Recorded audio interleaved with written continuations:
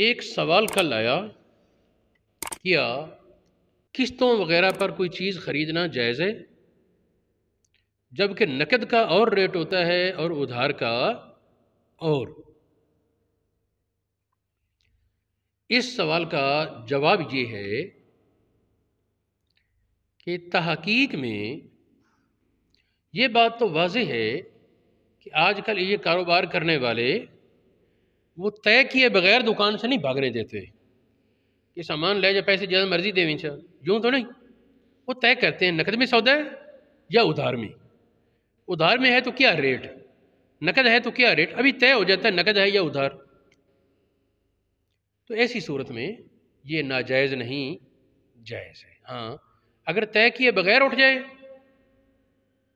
کہ نقد میں اتنے میں ہے، ادھار میں اتنے میں، ٹھیک ہے جی بھیج دوں گا پیسے، پتہ نہیں کب، نقد کے حساب سے ادھار کے حساب سے 2 مہینے ٹھہر کر یا ابھی۔ اس میں گاہک کو نیت اس کی اپنی جگہ، لیکن اسے یہ معلوم تو نہیں بیچنے والے کو یہ معلوم نہیں کہ میرا سودا کتنے میں ہوا۔ جب ثمن مجہول ہے، بھئی مثال کے طور پر 6 لاکھ کا ٹریکٹر وہ ادھار میں 8 لاکھ میں ملتا ہے۔ اب بیچنے والے کو پتہ ہی نہیں میرا ٹریکٹر جو لے کر یہ جا رہا ہے یہ میرا سودا کتنے میں ہوا ہے، تو ثمن کی جہالت بے کو فاسد کر دیتی ہے۔ اس کا اصل وہ حدیث ہے، نبی پاک علیہ السلام نے ایک بے میں 2 بے سے منع کیا۔ اس کی صورتوں میں سے ایک یہ صورت ہے کہ چیز ایک خریدنی لیکن ریٹ اس کے 2 لگا لیے۔ نقد میں مثال کے ٹریکٹر یہ ٹریکٹر نقد میں 6 لاکھ کا، ادھار میں 8 لاکھ کا۔ وہ کہتا ہے ٹھیک ہے جی پیسے بھیج دوں گا، سودا ہو گیا، اور کس بات پر ہوا پتہ نہیں، تو یہ فاسد ہے، یہ بے جائز نہیں۔ اس قسم کی صورتوں میں تو حدیث پاک یہ کہتی ہے کہ جتنی کم قیمت ہے یا وہ پیسے دے اور یا پھر سود ہوگا۔ تو اس پر بہت سی حدیثیں موجود ہیں، یہ مسند احمد بن حنبل میں موجود ہے۔ اس طرح اور بہت سے علماء نے اس بات پر بحث فرمائی۔ میں اس وقت جو کہنا چاہتا ہوں وہ یہ، 2 بے ایک بے میں کرنا، امام ترمذی نے اس کی صورت یہ بیان کی، بات پوری سمجھ آ جائے۔ ترمذی شریف حدیث نمبر 1231، اس میں ہے نہا رسول اللہ صلی اللہ علیہ وسلم عن بیعتین فی بیعتن، ایک بے میں 2 بے سے منع کیا۔ یہ حدیث، اس کے بارے ترمذی کہتے ہیں حدیث حسن صحیح، والعمل علی ھذا عند اہل علم، اہل علم کا اس پر عمل ہے۔ بعض اہل علم نے اس کی وضاحت یوں کی کہ وہ یہ کہ میں اپنا یہ کپڑا تو میں نقد میں 10 میں اور ادھار میں 20 میں بیچتا ہوں، ولا یفارقہ علی احد البیعین، کسی ایک کی وضاحت کے بغیر الگ ہو جائے۔ کپڑا لے گیا لیکن یہ وضاحت نہیں ہوئی کہ پیسے نقد کے حساب سے ادھار کے حساب سے کب دے گا، کیونکہ کل پرسوں دے دے تو وہ نقد کا حساب ہو سکتا ہے، اور مہینہ 2 ٹھہر کر دے تو وہ ادھار کے حساب میں آ جائے گا۔ آگے ترمذی کہتے ہیں فَإِذَا فَارَقَهُ عَلَىٰ أَحَدِهِمَا، کوئی ایک بات طے کر کے الگ ہو، یہ نقد ہے 10 میں یا ادھار ہے 20 میں، یہ طے کر کے وہاں سے جدا ہو، تو پھر فَلَا بَأْسَ إِذَا كَانَتِ الْعَقْدُ عَلَىٰ وَاحِدٍ مِّنْهُمَا، معاہدہ عقد ایک پر ہوا بے کا تو وہ جائز ہے، اس میں کوئی حرج نہیں۔ یہ ابو عبید کی ایک کتاب ہے غریب الحدیث، اس میں بھی یہ ہے، انہوں نے یہ بات بیان کی، اور امام ترمذی سے بنایا شرح ہدایہ انہوں نے بھی نقل کیا یہی بات۔ امام خطابی یہ 4 صدی ہجری کے ایک عالم ہوئے، انہوں نے ابو داود کی شرح لکھی معالم السنن، اس میں بھی انہوں نے کہا اما اذا باتہ علی هذه الشرطین، ایک شرط طے کر کے مجلس میں اٹھے، وہ صحیح لا خلف فیہ، کوئی اختلاف کی گنجائش نہیں، یہ بالکل درست ہے، جائز ہے اگر اسی مجلس میں وضاحت۔ امام احمد بن حنبل سے پوچھا گیا تو آپ نے فرمایا کہ اگر یہ ریٹ طے کرنے کے دوران کی بات ہے نا، کہ اگر نقد دے تو یہ، ادھار دے تو یہ، کس طریقے سے کرنا ہے، کہ اگر نقد سودا ہے تو اتنے پیسے، ادھار میں اتنے پیسے، تو اس سے یہ تو بات چل رہی، طے جب ہو گیا کچھ ایک تو پھر جائز ہے، اگر طے ہوئے بغیر تو پھر جائز نہیں۔ امام، یہ فقہ حنفی کی بہت سی کتابوں میں ایک مسئلہ ہے یہاں ایک التباس پیدا کرتے ہیں نا کہ مدت کے بدلے یہ تو رقم آ گئی، اور مدت کے بدلے رقم سود ہے. تو بات یہ ہے کہ وہ ہے قرض میں، دین میں، قرض میں کوئی چیز خریدی، بدلے میں جو پیسے دینے ہیں ان میں مدت کے بدلے رقم آئی کہ جب وہ ادا کرنی ہے مدت گزرے تو پھر اس کی وجہ سے یہ یہاں مسئلہ یہ چل رہا ہے. لیکن اصل یہ ہے کہ رقم قرض لیا اور رقم ادا کرنی ہے، اور مدت کے بدلے ہر مہینے کا 5 روپے لگے گا، مدت کے بدلے رقم ہے، ہر مہینے کے اتنے زائد ہوں گے، یا مہینے بعد دو تو اتنے، 2 مہینے بعد اتنے، اس وقت سے پہلے دو تو اتنے، وقت کے بعد دو تو اتنے. یہ مدت کے بدلے رقم ہے اور یہ سود ہے. لیکن جو ہمارا حاضر مسئلہ ہے اس میں ریٹ طے ہونے کے پہلے بات طے ہو رہی ہے، اس میں یہ بات ذکر ہوئی. تو اس کے حوالے سے یہ ہے کہ اس میں تو کوئی شک نہیں کہ چیز کی صفات کی وجہ سے ریٹ میں تبدیلی ہو سکتی ہے، جبکہ بسا اوقات ان صفات کی وجہ سے صفت کو، مثال کے طور پر ایک آدمی غلام ہے جو مضمون نگار ہے، اس وصف کی وجہ سے قیمت تو زیادہ ہوگی نا.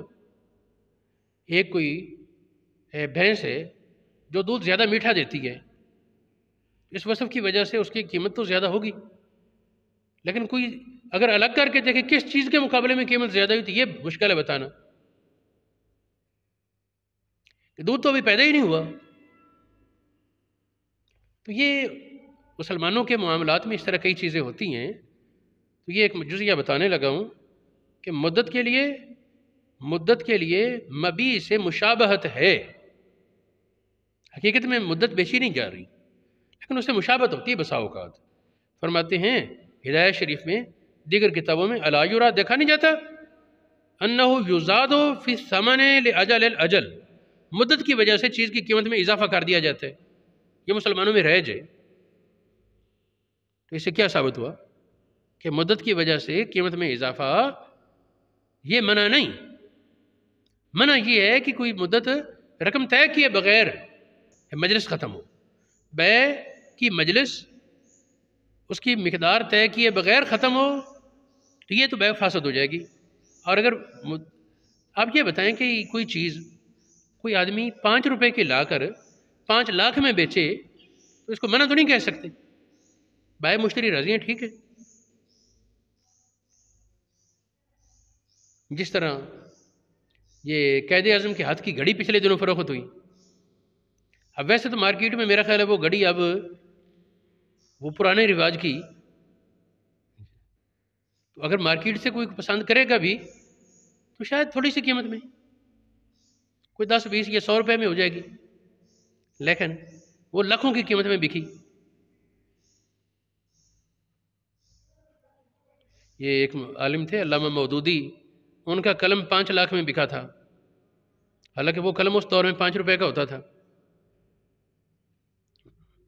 تو کہنے کا مقصد یہ ہے کہ یہ اس طرح ہو جاتا ہے ہمارے معاشرے میں، کسی نسبت کی وجہ سے، کسی تعلق کی وجہ سے، کسی صفت کی وجہ سے قیمت میں اضافہ ہو جاتا ہے، جبکہ قیمت کے براہ راست مقابلے میں کوئی الگ چیز نہیں. تو یہ مسئلہ کہ مدت کی وجہ سے قیمت میں اضافہ یہ ہو جاتا ہے، یہ ہدایت شریف، نہایا، بنایا، عنایا، فتح القدیر، یہ ہدایت کی شروع ان میں ہے، محیط برہانی میں ہے، رد المختار میں ہے، مجمع الانہر میں، بحر الرائق میں، اور کئی کتابوں میں یہ مسئلہ موجود ہے. پھر امام محمد علیہ الرحمہ کی ایک کتاب ہے کتاب الاصل، اس میں فرماتے ہیں کہ اگر کوئی آدمی شے بیچے کہ ادھار اتنے میں، نقد اتنے میں، اس کے بعد طے کیے بغیر مجلس ختم ہو، فرماتے پھر یہ جائز نہیں. اس کا بھی مفہوم مخالف واضح یہ ہے کہ اگر طے کر کے الگ ہوں تو پھر جائز ہے. دیکھیں یہ کتاب الاصل کی عبارت، اذا باع الرجل بیعا قال هو بالنسیۃ قضا، ادھار میں اتنے کی، بالنقد بقضا، نقد میں اتنے کی. یا کہا اس نے اتنی مدت تک اتنے میں اور اتنی مدت تک اتنے میں، کہ اگر 2 مہینے کے اندر دو تو اس کی قیمت ہے 7 لاکھ، اور سال کے اندر دو یا 2 مہینے کے بعد دو تو اس کی قیمت 8 لاکھ ہے۔ یہ بھی مدت کے بدلے رقم کی صورت تو ہے نا، کہ مدت بڑھنے سے قیمت بڑھ گئی۔ آپ فرماتے ہیں فَافْتَرَكَ عَلَى هَذَا، طے کیے بغیر الگ ہوئے فَإِنَّهُ لَا يَجُوزُ۔ یہ جو مفہوم مخالف ہوتا ہے نا، فقہی روایات کا مفہوم مخالف معتبر ہے۔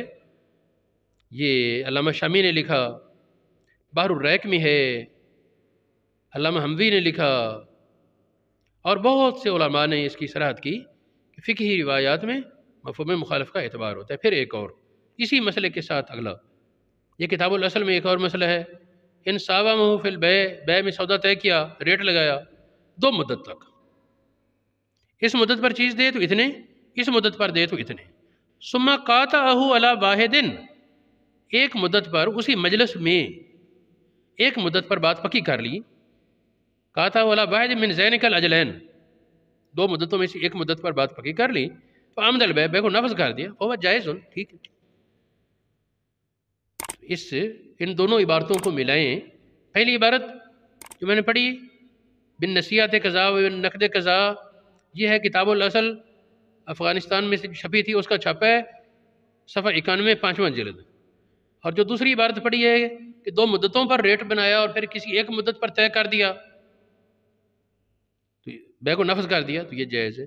یہ کتاب الاصل میں صفحہ 119 5ویں جلد پر موجود ہے۔ نقد میں اور ریٹ، ادھار میں اور ریٹ، اس میں جب نشست میں اسی مجلس میں وضاحت ہو جائے کہ یہ نقد ہے یا ادھار، اس طرح ادھار ہے تو کتنی مدت کا، تو اس صورت میں یہ بیع جائز ہے۔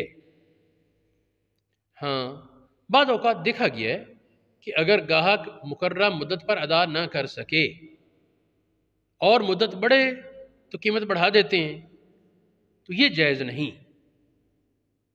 ہاں، اگر شروع معاہدے میں یہ طے ہو وقت پر ادا نہ کر سکے تو قیمت بڑھے گی، تو اس صورت میں بھی اگر وقت سے پہلے ادا کر دے، لیٹ ہونے کی صورت نہ بنے، پھر جائز ہے۔ باقی اگر لیٹ ہوا اور قیمت بڑھی پھر یہ ناجائز ہے۔